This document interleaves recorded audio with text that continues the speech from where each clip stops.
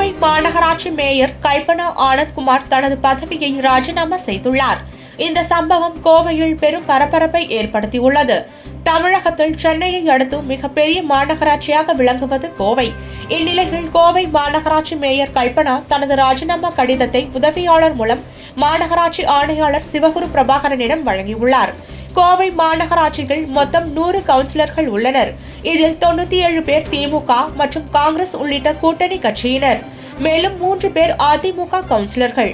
கோவை மாநகராட்சி மேயராக திமுகவை சேர்ந்த கல்பனா ஆனந்த்குமார் பதவி வகித்து வருகிறார்.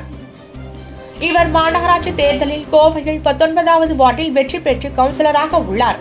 இவரது கணவர் ஆனந்த்குமார் திமுகவில் பொறுப்புக்குழு உறுப்பினராக உள்ளார். இந்த நிலையில் கல்பனா தனது பதவியை இன்று ராஜினாமா செய்துள்ளார்.